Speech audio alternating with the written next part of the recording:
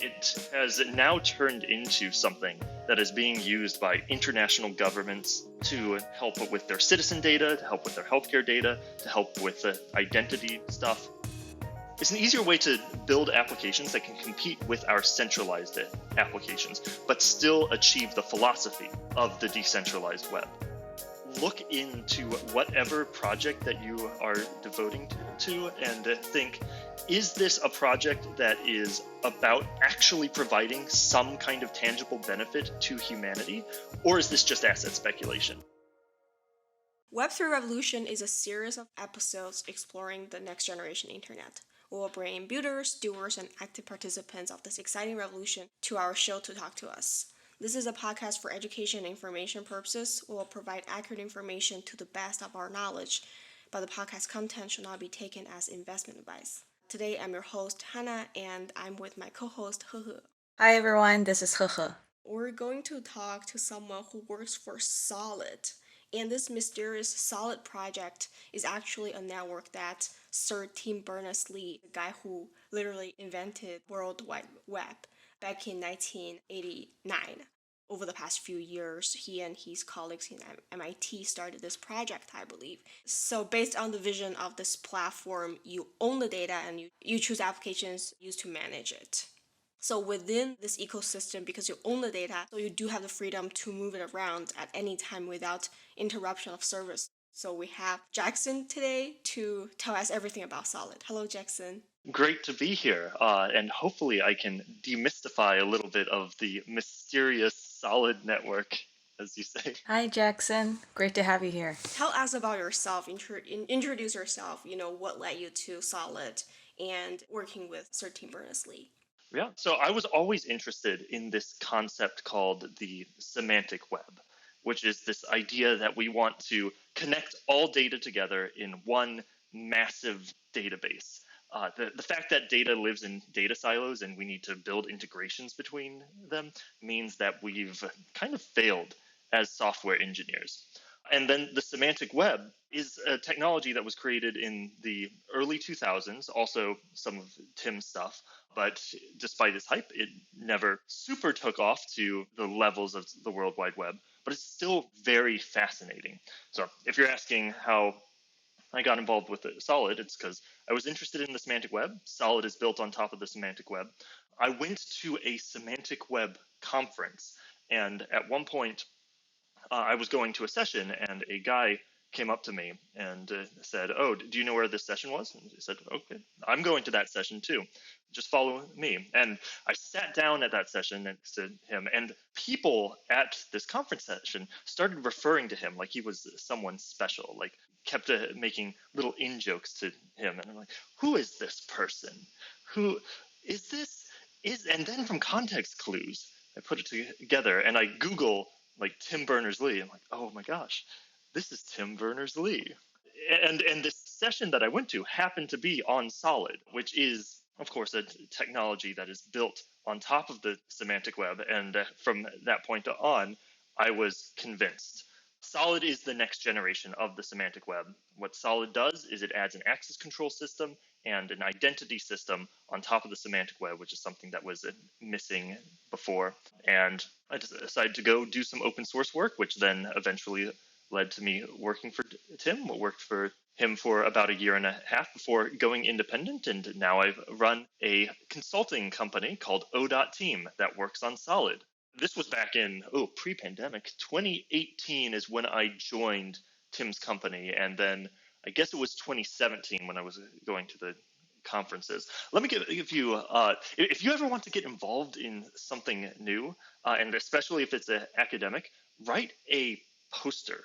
Posters, when you're submitting them to academic conferences, are almost always accepted because they're not looked at with the same scrutiny as a paper is. So that's a little tip if you ever want to get involved in the academic world. So 2017 was when I was going around to semantic web conferences, and then 2018 was when I joined Tim's company. And Solid has developed a lot since then.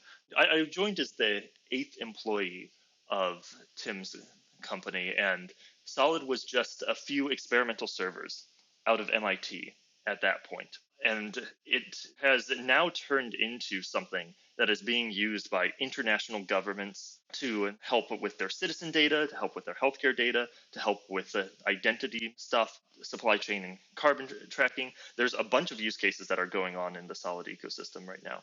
I wanted to ask, like on this decentralized like data storage, and then also you mentioned all these different use cases. So how can people today feel like their data has been stored on Solid? Is that something end users can feel, or is it more on like facing governments and like healthcare agencies, etc.? There are use cases for end users right now. What I will admit is I think that Solid has pretty good traction when it comes to institutional use cases. I would love to see a lot more grassroots use cases. Unfortunately, the institutional use cases have the money behind them, and therefore they're more developed. But if you are a user who wants to use Solid, there are applications out there for you. One application is one that I developed. It's called Liquid Chat. That's liquid without a U, which is just a chat app that lets you store data on a Solid pod. So you can use Liquid Chat. In fact, there is an entire page at the Solid's main website, solidproject.org, that lists a bunch of apps that you can use inside Solid. So if you go to that page, then you can start playing around with it. What I will say, though, is a lot of these apps are the grassroots apps. They're like many decentralized projects. They're open source apps, but also I'd say the user experience for some of them is not necessarily up to par with, say, centralized ecosystems. That's not to say that they aren't amazing apps, but they are developed by a bunch of open source developers who are big Solid nerds and not necessarily UX nerds. That's an interesting problem when it comes to decentralized networks, because oftentimes decentralized networks struggle to get institutional backing, and they're all just grassroots stuff. Solid, I guess, has the opposite problem. We've got a lot of companies that are doing institutional things, and it would be awesome to see more of a grassroots ecosystem come out, which is why one of the priorities that I'm working on is dev tools. I think that one of the big catalysts for building an ecosystem that has great grassroots support is having very approachable dev tools for people to use, which admittedly, Solid comes out of a very academic field, and academia does not always lend itself to the perfect dev tools. So that's why one of the things I'm interested in is building dev tools. But I don't know if I actually explained what Solid is, so maybe I am getting a bit ahead of myself. I do want to ask this question from this professional, ignorant viewer's perspective. It feels like Solid is a protocol, but it's also a data solution. But also, it sounds like it's an effort to reimagine the internet or like disrupt, what the current internet is. So yeah, tell us more about the fundamentals of Solid. What I consider Solid to be is a specification. I know that some other people call it an ecosystem, but in actuality, I don't think that the term that's used to describe it really matters. So Solid is relatively simple conceptually. The idea behind it is instead of us storing our data on centralized servers, like on Facebook servers or LinkedIn servers, I choose where I put my data. No matter where I put my data, I can still interact with the entire Solid ecosystem as if my data were in a completely different place. So I could choose either to put my data on a cloud solution, because that's the easiest thing to do if someone's just maintaining data stores and keeping everything secure for me. That's an easy thing I can set up. Or if I care more about having control over who has access to my data, then I can deploy my own hardware at my own house. This is what Tim does. Tim has his own server at his house that hosts what is called a personal online data store, or pod for short. Solid at its core is simply a specification for standardizing how data is transferred and how data is structured. So the analogy that I usually use is the original World Wide Web. It was a way to standardize user experiences. So I deliver a web page to you. As long as I have a compliant web browser, I can render that web page. And this is a huge development that happened. If none of us were alive for this, but before the World Wide Web existed, a bunch of companies were trying to build something like the web. Microsoft had its own standards for delivering these UIs over the internet because connected computers existed. The World Wide Web didn't. There were a bunch of companies trying to compete for this, but CERN, Tim was working for CERN and developed what eventually became the World Wide Web that spun out into MIT. A bunch of different academic institutions got involved, and we created an international global standard for how we view UIs. And now I can view a UI through a web browser no matter where that UI came from. Solid wants to do the same thing with data. Right now, we live in that kind of dystopic world that all data is separated. Imagine a world where Microsoft had its own web and Apple had its own web and IBM had its own web, and you need to swap between different web browsers to browse their individual webs. That's what's happening with data right now. Because by default, data is being centralized and siloed so that if I am working with LinkedIn is essentially the web browser for LinkedIn's data. Facebook is the web browser for Facebook's data. None of this data is connected. I would love to be able to use whatever browser I want to browse my data.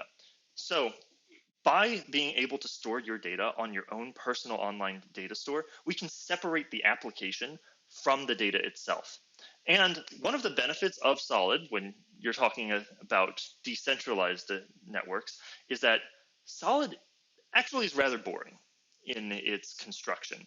It's still just a client-server relationship. We can secure it the same way that we've done it before. We can scale it the same way that we've scaled these systems before. It's not using any kind of blockchain technology. It's not even peer-to-peer. And while this may sound very boring to people, the benefit that we see in this is an easier way to build applications that can compete with our centralized applications, but still achieve the philosophy of the decentralized web, where everyone can control their own data and all data can be connected and interoperable. Actually, it's very interesting that like some institutional players are actually interested in solid solution because you were saying like kind of the data siloing is benefiting also some other bigger conglomerates. So I'm very curious, like how do you convince like these like institutional stakeholders to adopt solid? Could you give like a more of a specific example how that plays out? Yeah, that's a very common question that comes up. A lot of people think about this and say, "Man, it would be awesome to live in a world around Solid where all of my data is under my control, and then I can use any app to access it." But how the hell are we going to convince Facebook to do that? And the answer is, from the beginning, you're not. Facebook's business model is based on hoarding data. This is, in fact, what a lot of tech companies' business model is based on. Just hoarding onto an ecosystem, even though the data in that ecosystem was generated by other people. What you want to go after are institutions that don't make their money, or they're not predicated on the idea of holding data. Some of these institutions are government institutions. So in Europe, I'm sure that everyone is familiar with GDPR, the standard most famous for the pop-up that says that this website has cookies. Everyone loves that pop-up, being a bit sarcastic about that. For these organizations, like European governments, they're already philosophically in line with the concept of solid. European governments are terrified of tech monopolies, specifically US tech monopolies. They believe that data at its core is the property of the citizens of Europe. So, because they're already philosophically in line with Solid, Solid is a perfect fit for them. In fact, one may say that Solid is the technical answer to GDPR's legal question. The reason why we have an ecosystem where GDPR's biggest thing it can do to protect us is just a pop-up is because GDPR is trying to legislate a system that is designed to be centralized. So if you want to accomplish the philosophy of GDPR, you need a combination of both legislative power and a new technical architecture. And Solid could be the answer to that architecture. But it goes beyond governments who just want to protect their citizen data. There are many organizations that where hoarding data is not necessarily their main competency. One example is a law firm. Law firms need massive amounts of data about their clients, but they're not making money off of hoarding that data. They're making money off of going to court and litigating things. And in fact, holding on to that data is a liability for a law firm. So imagine if clients could store their own data and have all liability for that data. They already have liability for that data because they're probably storing it in their own location, but it was interoperable with systems that a law firm is using. So when a law firm needs data in order to form a case, they can just hop in to extract that data from the solid pod. The client of the law firm grants access to that data, and now they can form a case without having to worry about the liability of storing data. And this extends to many different fields beyond law. It could extend to healthcare. Healthcare is extremely expensive to keep. It could extend to things as simple as social media, where you may want to have an ecosystem where people aren't getting monetized off social media, but there's still a benefit to engaging with people on social media. It could extend to e-commerce. Doc Searls had a great book called The Intention Economy, where we want to change the way we're doing e-commerce. Instead of a company spamming a bunch of people to advertise them, what if people just put out on their solid pods saying, this is what I want, and then companies can come to you. And because a company might have a pod and you would have a pod, from an architecture standpoint, you're on the same ground.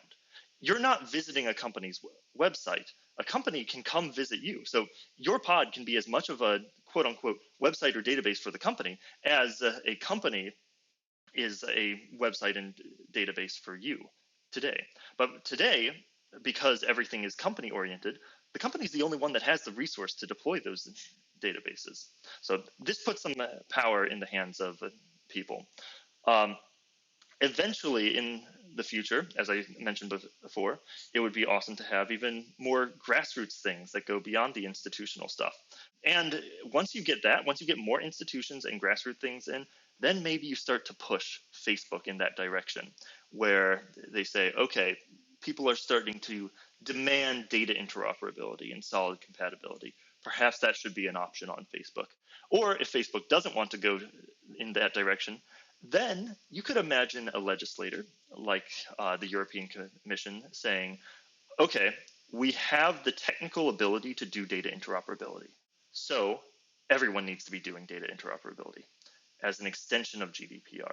These things are very far in the future, but they're all possibilities that could happen. Yeah, I have this question regarding when you just introduced the two pods meeting each other. Is I have my own data pod and the other company has its own pod, and then they can visit my data pod. But let's say if I use a browser, if I use Google or Facebook, my data on their platform would probably look like my fingerprint. Scroll to that post and stay for 3 seconds and then scroll up. This can generate a few logs in their system, right? Suggesting I could be interested in this or that product. Or my profile could show I'm someone who lives who lives on West Coast, interested in, let's say, fashion and cookie, and Asian woman over 25 years old. This could be my data. But what if I create my own pod, and what kind of data look like in my very own pod? Data could look like anything.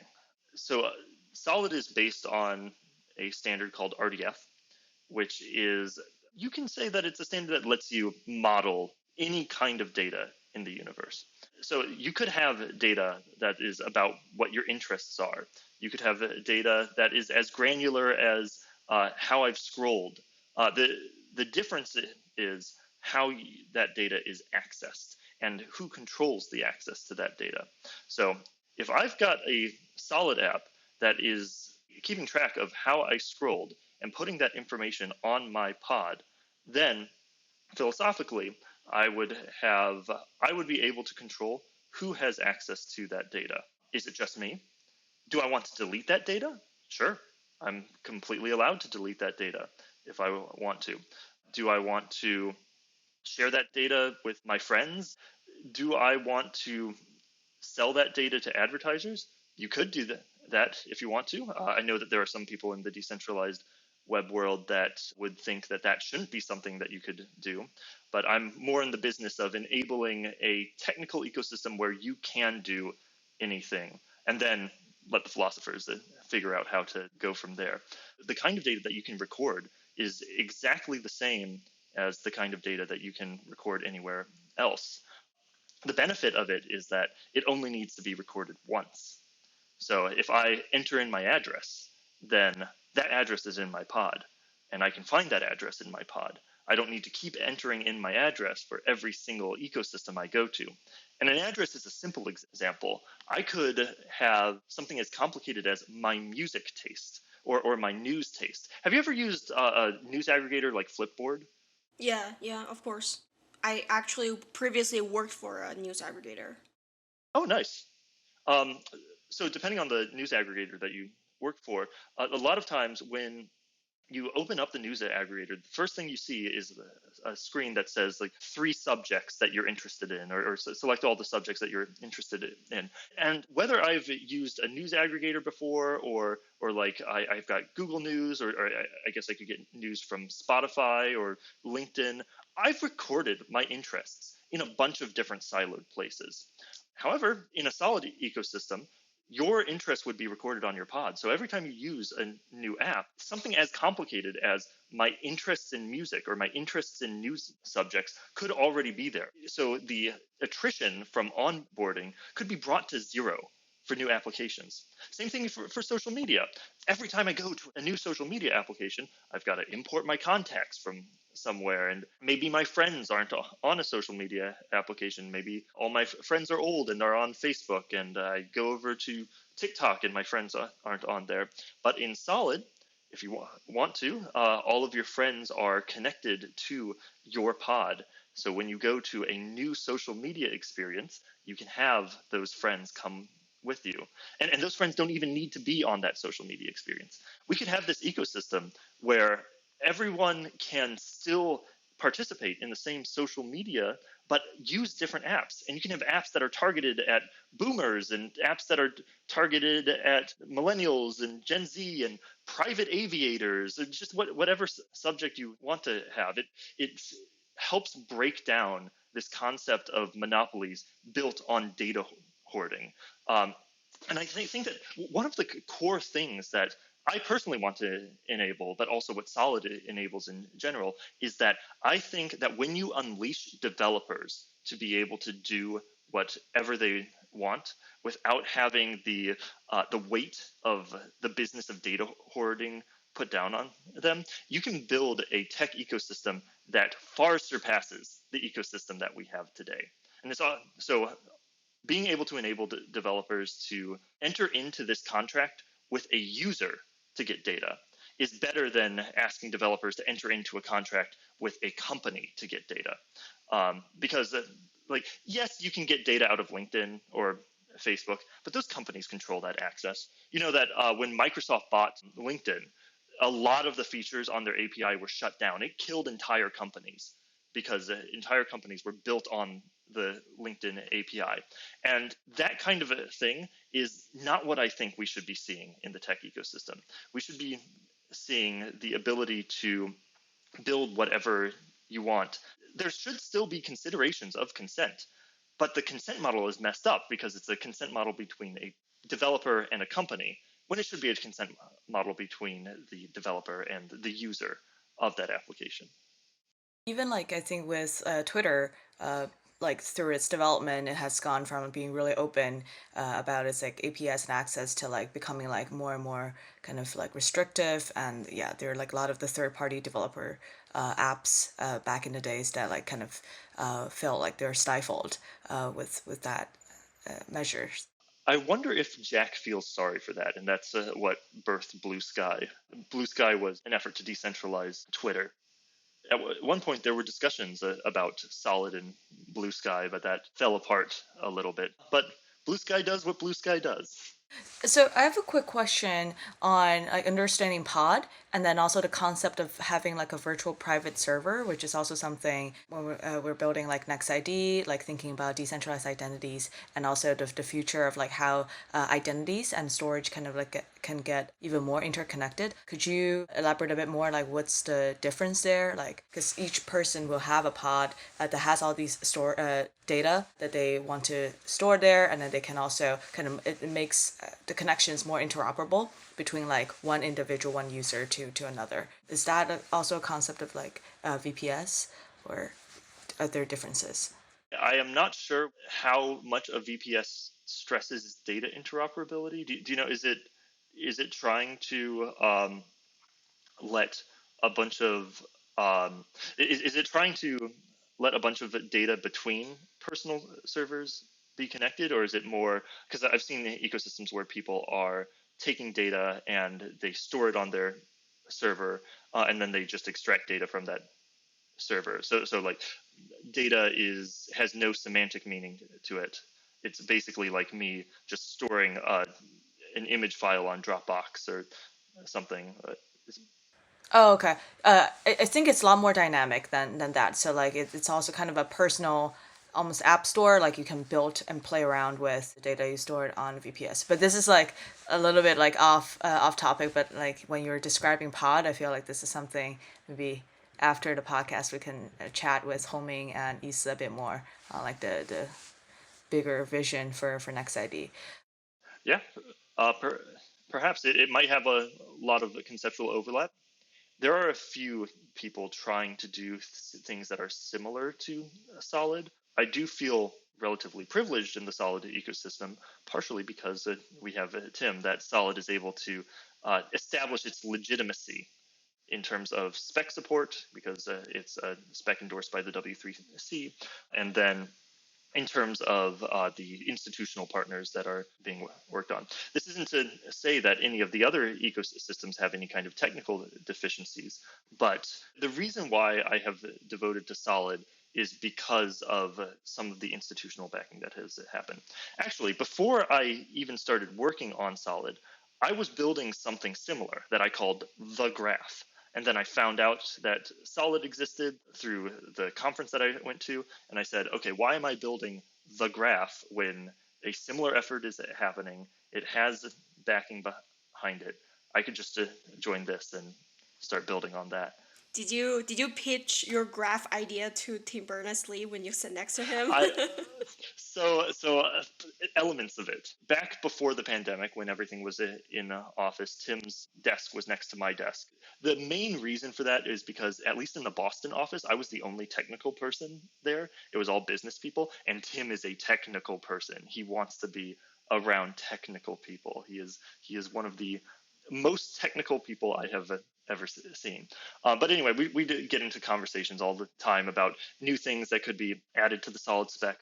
I had a specification proposal I called Solid Plus Plus that I submitted to first Ruben, who is a professor in the Solid ecosystem, and then I kind of trickled in some ideas to Tim. And I've been trickling ideas into it to random spec proposals over the years. I guess that doesn't necessarily mean that the entire thing is being implemented, but in order to compete with centralized ecosystems, Solid needs to support a lot of use cases. So there's never a dull moment in specification work, because there is so much that needs to be done, and there's a lot of room for proposals like the ones that I was thinking about with the graph. But this isn't necessarily saying that all of these ideas are mine from the beginning. They're mostly just evolutions on things that everyone knows we need, like notification systems and webhooks in order to keep different clients up to date on what data has changed, or like search and query federation, so that you can do a decentralized search like you're querying the entire Solidverse as if it were one database. So these are topics of research, topics of specification development that hopefully will crack in the future. But yeah, it's a ongoing process, because to build a decentralized network that is able to run as performant as a centralized network, there's a lot of work that goes into that. Yeah, it seems like the goal for Solid isn't really lock up people's data where social media giants cannot find it, but the idea is to make much easier for individuals to control where their data can go, using a variety of personalized hubs, the mysterious pods. But in practical, how difficult that would be. Like, do I need to pretty much like organizing my different pieces of clothes? Like, I have to say, oh, this is the winter clothes I need to put out now, or this is a summer clothes I need to, put back to my storage. Like, how does this process work? Like, how granular the data could be in terms of I can pick what to show and what to not show too. This is an ongoing topic of research in Solid.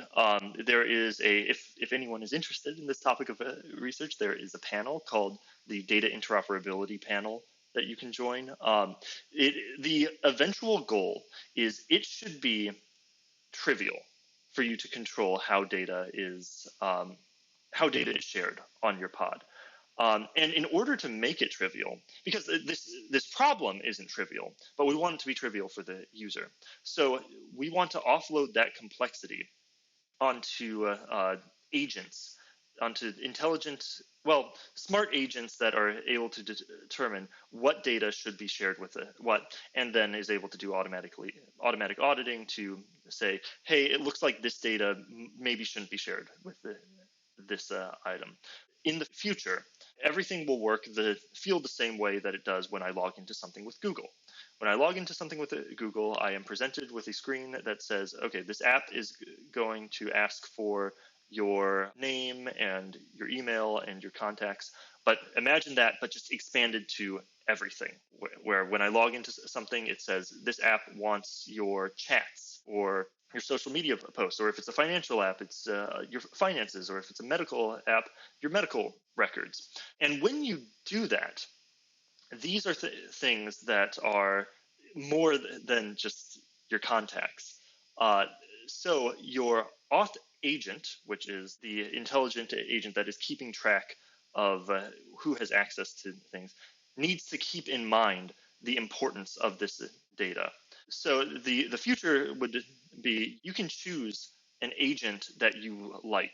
There would be hundreds of different organizations building different agents. EFF could build an agent that is very secure about the data that you have. And if you really care about keeping your data secure, then using EFF's agent might be a good idea. And that agent will present to you in a UI saying, this is what this app wants.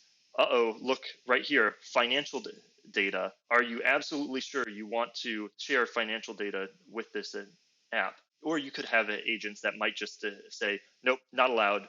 We have not audited this app. We aren't going to even let you log in unless you go through some kind of advanced series of configurations. But the goal of the specification is not necessarily to say what should be allowed and what shouldn't be allowed.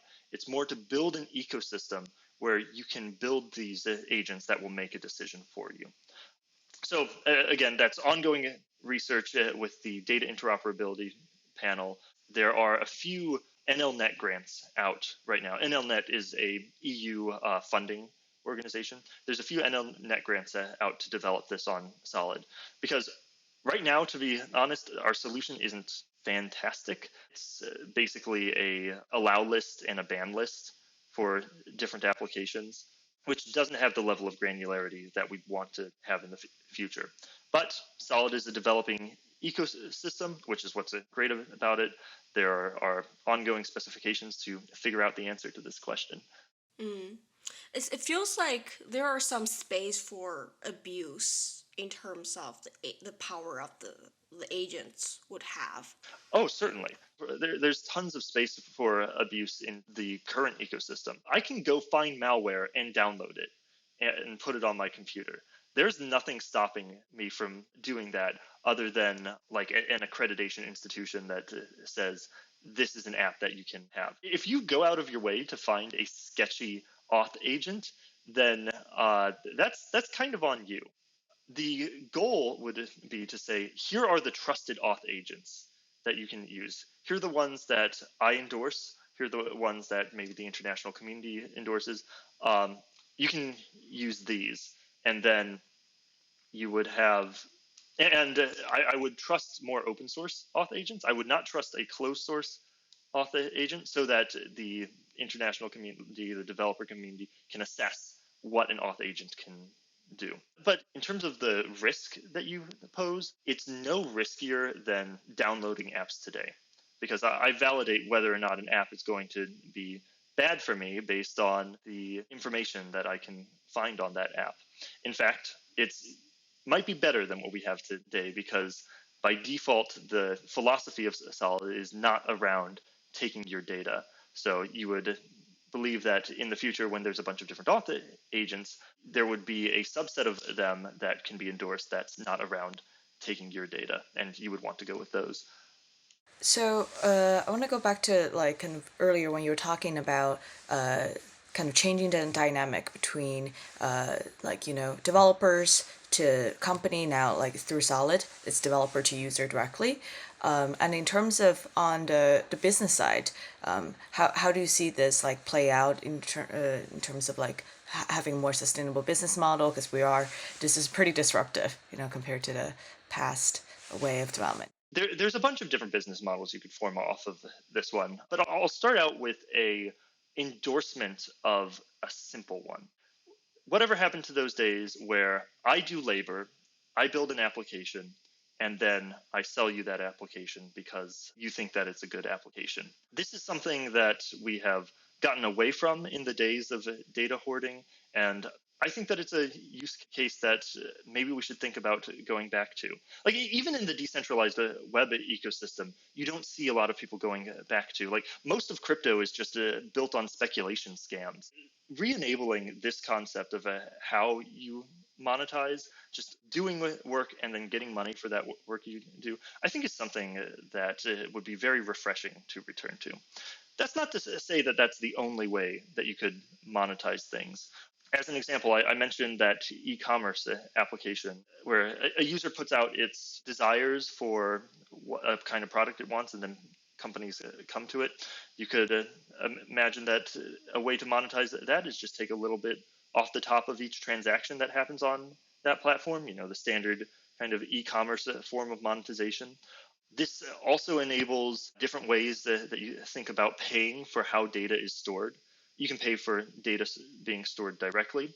You could also have use cases like what the Belgian government is doing, where the Belgian government says that data ownership is a right to our citizens. So we are going to fund the creation of solid pods, and you have the right to use our funds in order to store your data.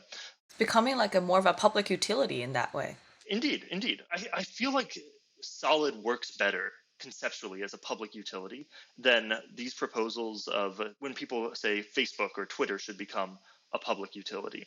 Because Facebook and Twitter, in their business logic, it's still very constrained to the concepts of the Facebook and Twitter platform, which means that it's not like electricity, where there is a public utility of electricity. Electricity is electricity, so it all goes over the wire the same way, whether it is from a solar power plant or a nuclear power plant.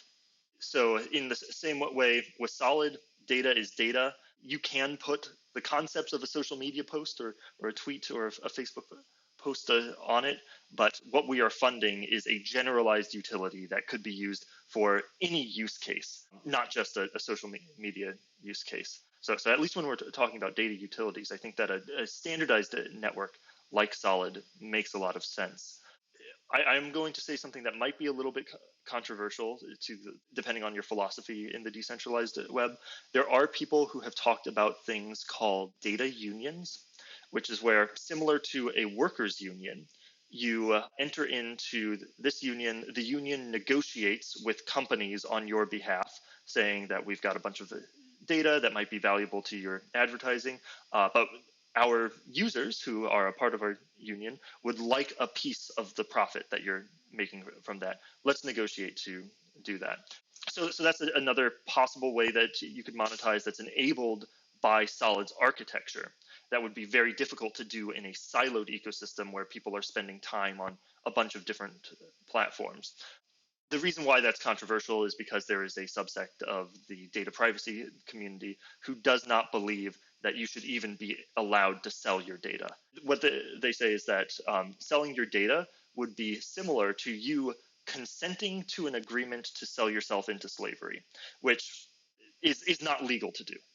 That you doesn't matter if you would have a contract to sell yourself into slavery. There is no government that would enforce such contract. Okay, that's not true. The U.S. government or the European governments would not enforce such a contract. There are governments that exist that would enforce such a contract, but it is a potential way to do it that's enabled by the tech. And then we'll let the philosophers decide how the tech can be used in the future, which is true for any tech. Any tech can be used in a very good way, like in blockchain, you can use it as, I think that DIDs are a very good application of blockchain, or it could be used in a very scammy way, like most of the NFT industry, or actually just pretty much most of the blockchain industry, except for DIDs. And there was another use case for blockchain that was very good, tracking shipping. I think that's the only use case for a blockchain that NIST approves of.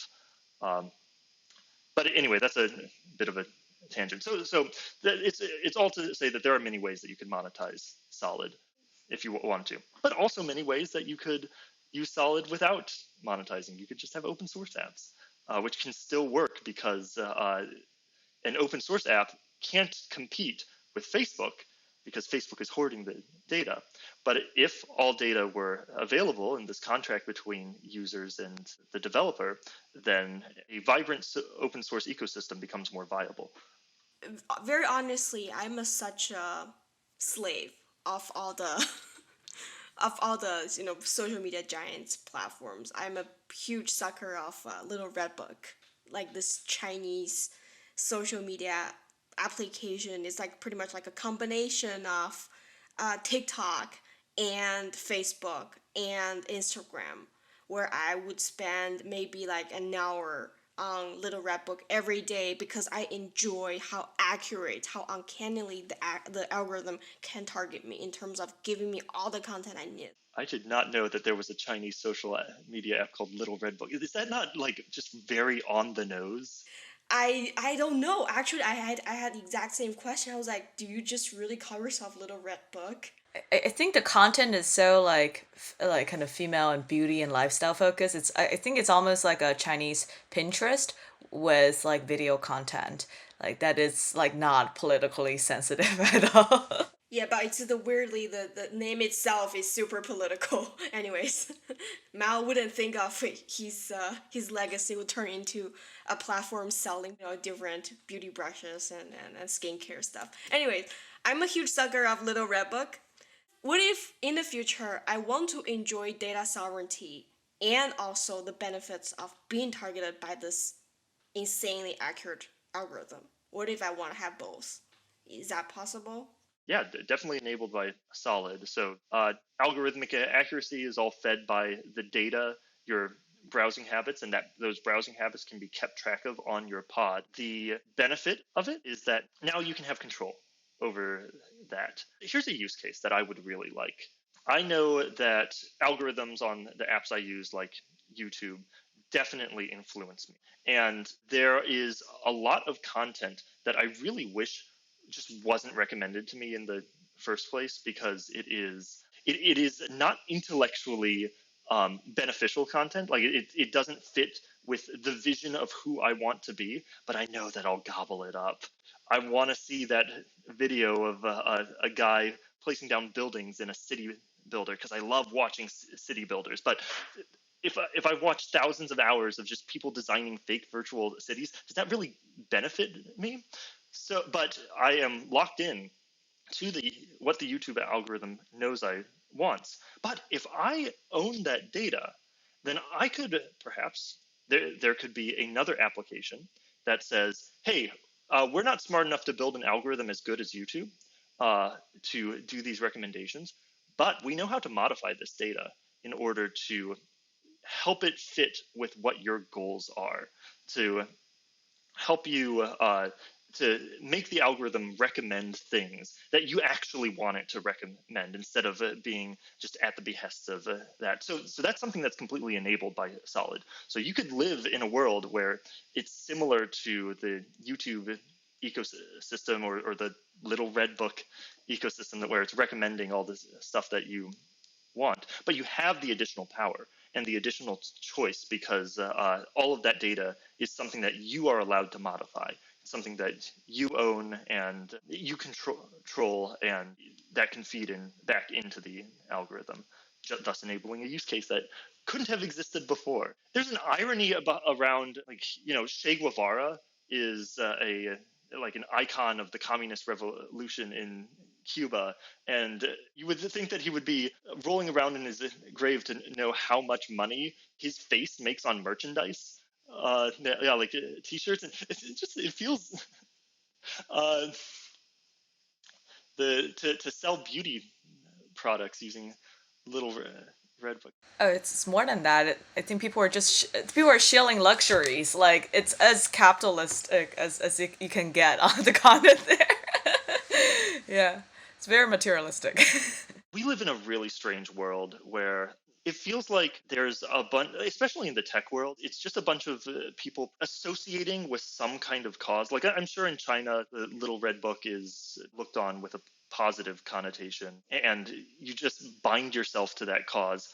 As an example, I went to so in DC, there are events for congressional staffers that you can go to, and some of them are technology events. I went to an event on crypto technology, on blockchain technology, and Coinbase was there. And this is an official event for congressional staffers, so like the actual decision makers in the federal government. And one of the proposals that Coinbase had was, so there's a problem in Jackson, Mississippi, where um, there was a lot of corruption at the state level, and now they don't have clean drinking water. And their proposal to fix that was the residents of Jackson, Mississippi could create an NFT and to raise money to fix their water problem.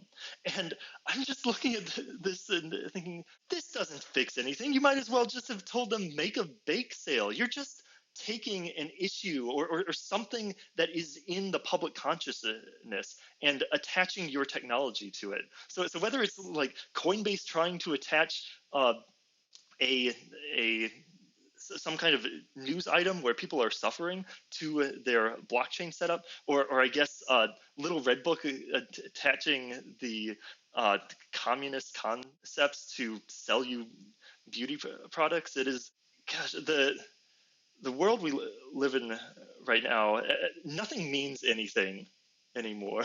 More than that, Elon Musk's mom is on it. Like, yeah, Elon Musk's mom is a huge persona, has a huge persona on Little Red Book, and like she's selling her autobiography on that. It's really weird. The world is weird. The reason why blockchain is so successful is not because of the technology. It is because of purchase patterns.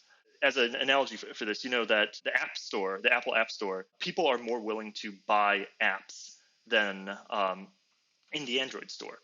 And there's the only reason for this is because of what people are used to. Just people who have iPhones are more used to buying apps. The same thing is true for blockchain, but just to a massive degree. The only reason why there's so much money in blockchain is because people are already used to spending hundreds and thousands of dollars on blockchain-based things.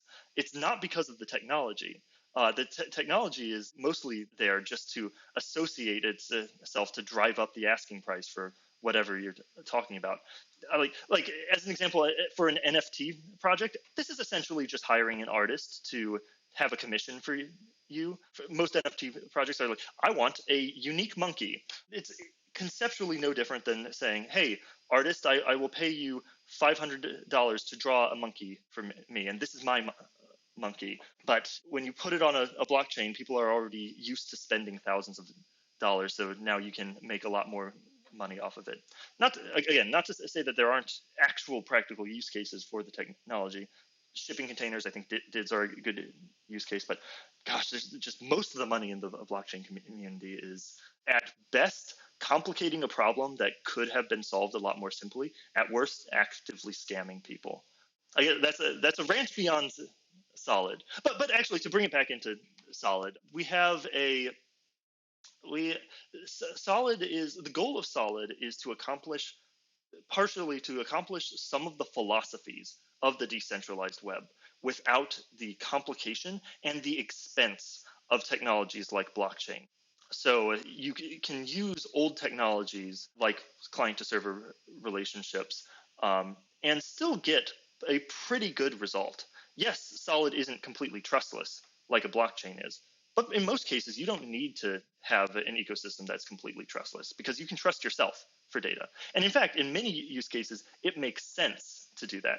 If I want to have private data and I put it up on a decentralized ecosystem like a blockchain or say IPFS, that data is not going to be private forever. Encryption breaks every 30 years. So as an example, if I wanted something to be private, and I encrypted it back in 2003 using SHA-1 as my hashing algorithm, and then I put it up on a private platform. In 2022, that is now essentially public data for a well-funded hacker. So anytime you think of private data going into a public space, alarm bells should go off, unless you're okay with it being public in 30 years. Versus Solid, where because it's a very traditional type of ecosystem, you can have servers constantly updating their encryption standard as older versions of encryption breaks and newer versions of encryption comes out, thus keeping your data safe for as long as it's hosted on the server. Much of these questions are going in roundabout tangents, but yes, I did it. I brought it back to Solid somehow. Great. Thank you for saving it, Jackson. I appreciate that. um, so when Sir Tim Berners-Lee announced the launch of Solid in 2018, then also that was a year you met him in that conference, right? He simultaneously created this company, and you're the 8th employee joined the company, right? Can you tell us a little bit more of what's his company now? Like, do you walk into the company and seeing Tim Berners-Lee like sit next to you? Tell me more about your daily work and everything about the company. Yeah. So, well, I unfortunately have not seen Tim in person since the start of the pandemic. I will be seeing him in person next month, which will be the first time we see. But we meet virtually every month. So at the moment, Inrupt and I are separate companies. I do contracting work for Inrupt, but I also wanted to have the flexibility to do contracting work for a bunch of other organizations outside of Inrupt, which has allowed me to branch out and provide services for companies that perhaps Inrupt did not decide to go through with. These are mostly small and medium-sized companies because Inrupt's main business model is going after large organizations, governments, multinational companies, things like that. But that leaves a lot of smaller organizations that legitimately want to work with Solid and the philosophy of Solid without an organization to help them out. So that's what O.Team is about. Whether we're contracting for Inrupt or a government or a small organization, we are here to provide the services that help your organization get into Solid and to build whatever use case you want on Solid. And most of the time, we get involved with the spec process. And the spec process is something that all organizations inside Solid, not just Inrupt, not just my organization, are involved with. So constant communication is required between all of the people in the Solid ecosystem, including Tim. I see. And the headquarters of the company is still in Boston, or you said you're in Washington, D.C.? Inrupt's headquarters is in Boston. So I guess O.Team's headquarters is in Washington, D.C. We're a decentralized company, but I guess it's in Washington, D.C. because I am in Washington, D.C. now. 3 months ago, it was in San Francisco. And then a year before that, it was in New York. It just hops around. Decentralized organizations don't necessarily need a headquarters. Yeah, you're the floating, yeah. You're the pod. You're a human pod of the team. Yeah, you get to transfer your headquarters ownership to wherever you want. I like how it kind of like comes back to the ethos of how like Solid is designed even within your team structure. Um, Everything could be a pod. Everything could be conceptualized as a pod. Eventually, it would be awesome to do some co-located stuff. That's just not in the cards at the moment. Even though I am conceptually in love with the idea of tech decentralization, I still think that there's a lot of value to co-location and just being in the same room.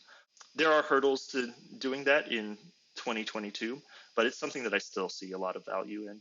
I'm curious, like, what are some of the drivers that you see, like, that really fuels developers to contribute to Solid as an open source project, just up against the tech giants and then their beautiful like paychecks and all that. Like, how do you see kind of the sustainability kind of evolves for Solid?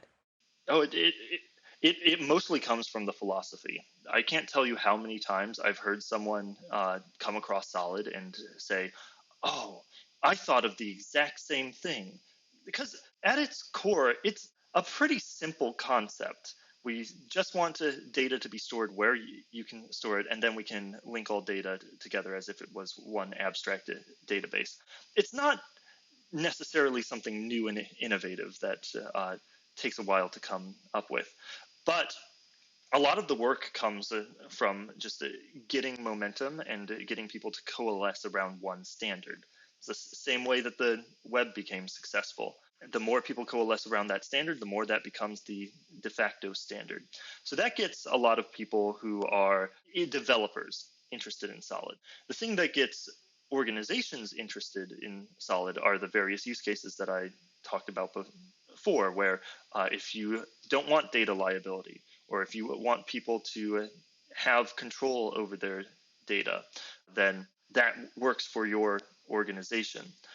A few organizations I've found are partially driven off of the fact that European organizations like Solid. So I've done some consulting work for companies that their main goal is to sell to EU governments. And they know that EU governments are looking at Solid and saying Solid could potentially be the future of EU policy. Therefore, we want to have as many Solid use cases as possible. And they say, hey, if our tech product is Solid compatible, that's going to give us an edge over our competition when selling to EU companies. So this is an example of the compounding effects. The more people who and organizations who accept Solid, that will cause more people to accept Solid because of those other people who have accepted Solid. So it's a building process that starts with the philosophy, but then as more people come in, you've got more incentives other than just the philosophy to start building on top of Solid. So like, I don't know if you followed the Ubers, the hacking. It was hilarious and also like very concerning. Like, you know, like such a big company, you can just find one way to hack their like SSO and then like entire like internal communication stack and all the codes are lost. Like everything's like compromised. Really shows the peril of like having more of a centralized storage. Curious to hear your thoughts on it and how you think about like, can decentralized storage be a remedy for this? I'm going to say not necessarily on this one. There are a few benefits that decentralized storage has to centralized storage, in that if people's data is divided up to a bunch of different places to host it, that means that going after one is not necessarily going to yield as much power as going after a centralized ecosystem. But as people in the decentralized web, I often find people in the DWeb community, they aren't humble enough about security. They often assert that because their platform is decentralized, they are somehow more secure. This is not true. Whenever anyone talks to you and says that this is a hack-proof system or it's a lot more secure, they either are lying to you or they don't know what they're talking about. Every system in existence is breachable. That is why it requires constant effort to keep up with it. If Google's SSO or Uber's SSO is breached, it doesn't mean that decentralized identity systems cannot also be breached. That's partially based on just how the tech is configured. So the way that Uber's SSO was written in this case was written in an insecure way. That doesn't mean that the standard for single sign-on they used had the same security problems. Someone made a mistake when writing this. The same kind of mistake can be made even in open source ecosystems. There are cases where Even like purposely, malicious actors have been able to get code into the Linux kernel. Even an open source ecosystem as tightly watched as the Linux kernel can have problems, which is why it takes constant vigilance to keep it secure. Don't stand on a high horse and say that because you're decentralized, you are more secure. It takes the same amount of effort to secure a decentralized ecosystem than a centralized ecosystem. In fact, it might even take more because a decentralized ecosystem often uses unique techniques. And I mean, we've seen so many times that people's wallets have been breached and like all of their Bitcoin has been stolen. And it's even beyond the technology. It's still, you need constant effort to prevent phishing attacks. Even if your technology is relatively good compared to the competition, your users are oftentimes breach points. So when it comes to Uber security, the same mistake could happen to anything. It could happen to Solid if someone implemented or deployed something incorrectly, or if a breach could happen if someone was phished. The technique is just about providing as much effort to keep your system secure as a centralized system would. Yeah, definitely. And thank you for it. I think you offer a very, I think, honest and also pretty balanced opinions about like kind of the pros and cons and what's really going on in both the more centralized ecosystem and then within DWeb. So we're like, yeah, really appreciate the candidness there. Yeah, it's like legitimacy snowball, right? This, you roll it and it gets bigger. Takes constant effort. Security needs to be in your software development process at every level. Jackson, this is a great episode. This is absolutely amazing. Covered a lot. And did you rant enough about the crypto people? I don't want to be too disparaging to crypto because I know that this, at its core, this podcast is mostly blockchain focused. There are good uses for blockchain. I would advise people look into whatever project that you are devoting to and think, is this a project that is about actually providing some kind of tangible benefit to humanity, or is this just asset speculation, which is essentially just the same as trading art or stocks on the stock market, which is not, in my opinion, something that is as beneficial to humanity as a new technology could enable. Well, we're called Web3 revolution, right? Like, so Web3 doesn't necessarily have to be all things blockchain. DWeb is definitely a big part of it as well. But yeah, we're critical. We're critical. we attended DWeb, right? That's where we met. It was a great space. Right. Yeah. Lots of non-blockchain projects at DWeb, each with their own unique drawbacks. And I'm not going to pretend that Solid doesn't have its own unique drawbacks as well. We're working on them. You need to take each project in context of the use case that you're applying them to. You can't just apply blockchain to every use case and expect it to be better. In fact, many times it just complicates things and makes it worse. All right. Thank you so much, Jackson, for spending your time with us. Thank you. Absolutely. This was so much fun. Thanks for listening to this episode. If you like our content, give us a follow on Twitter at W3Revolution_IO. You can also find us on Apple Podcast, Spotify, YouTube, CastBox, and of course, we would strongly recommend you to subscribe us through our RSS feed, and the link of the RSS feed will be provided in the episode blurb. I will see you in the next episode.